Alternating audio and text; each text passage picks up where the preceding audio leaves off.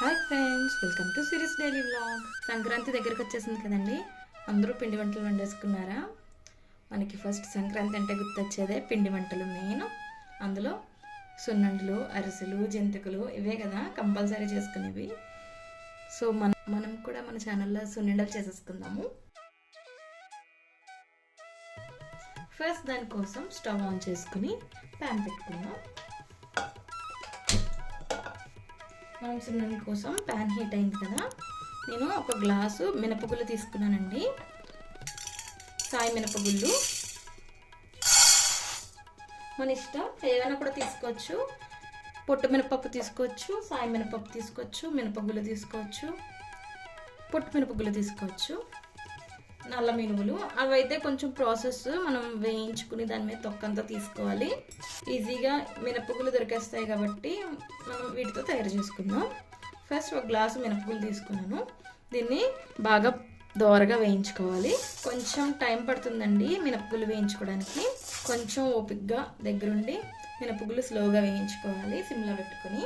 And మనం ఎంత ఓపిక్గా చేస్తామో మనం తినేటప్పుడు సున్నుండల్ని అంత ఎంజాయ్ చేయొచ్చు. అండ్ ఈ సున్నుండలు టేస్ట్ ఉంటాయి, హెల్త్కి కూడా చాలా మంచిది. చూడండి, మినువులన్నీ కూడా ఎర్రగా వేగిపోయినాయి కదండి. స్టవ్ ఆఫ్ చేసుకుని చల్లారబెట్టేసుకున్నాము ప్లేట్లోకి.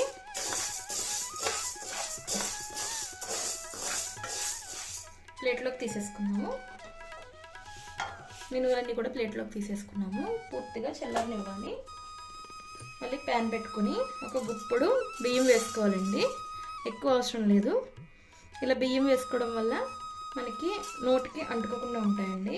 వీటిని కూడా ఎర్రగా వేయించుకోవాలి.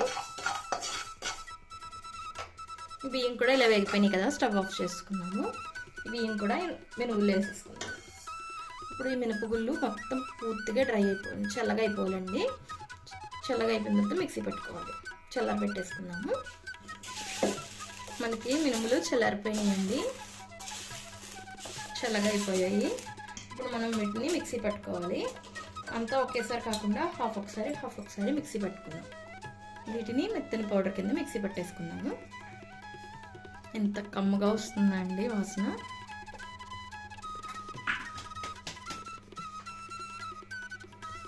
సున్నుండలు కూడా మొత్తం మిక్సీ పట్టేసుకున్నామండి.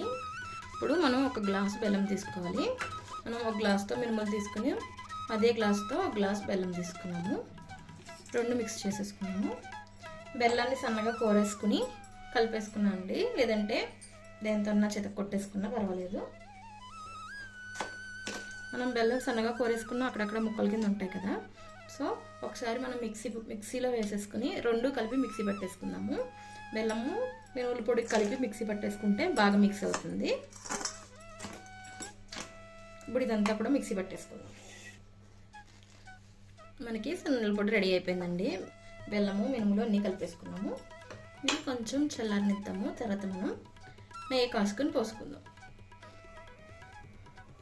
ఇప్పుడు మనం నెయ్యి కాసుకుందామండి.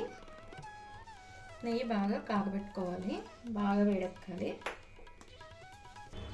ఈ నెయ్యి బాగా వేడెక్కాలండి. బాగా వేడెక్కిందా లేదని తెలుసుకోవడం కోసం నెయ్యి కాగిన తర్వాత మనం సున్నుండల పొడి ఉంది కదా, ఆ పొడిని కొంచెం మనం ఇందులో వేస్తే మొత్తం బుడగలు రావాలి. అలా వస్తే కనుక మనకి నెయ్యి బాగా కాగినట్టు.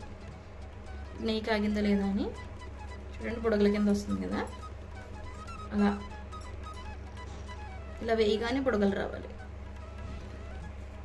ఓకే అండి, మనకి నెయ్యి కాగింది. స్టవ్ ఆఫ్ చేసుకున్నాము. ఆఫ్ చేసేసుకుని మనం సున్నుండల పొడిలో కలిపేసుకుందాం. మనం ఇప్పుడు సున్నుండల పొడిలోకి మనం కాసుకున్న నెయ్యి పోసేసుకున్నాము. స్పూన్తో మిక్స్ చేసుకుందాం.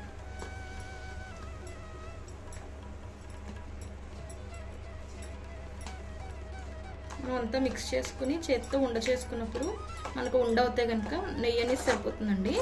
నాకు తెలిసి నెయ్యి సరిపోతుంది. ఒకవేళ మనకు ఉండ అవ్వట్లేదు అంటే కనుక అప్పుడు ఇంక కొంచెం నెయ్యి మనం వేసుకోవచ్చు.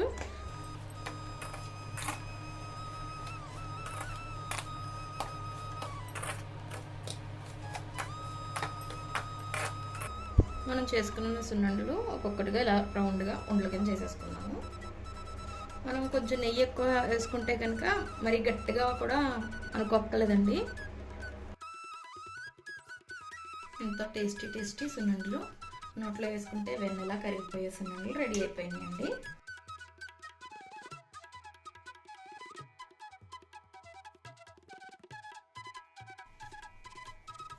ఇంతే అండి, సున్నుండలు రెడీ అయిపోయాయి. చూడండి మనకి సున్నుండ ఎంత సాఫ్ట్గా ఉందో, లోపల కూడా చాలా బాగుంది. నోట్లో వేసుకుంటే ఇట్టే కరిగిపోతుందండి సున్నుండ, అంత బాగుంది.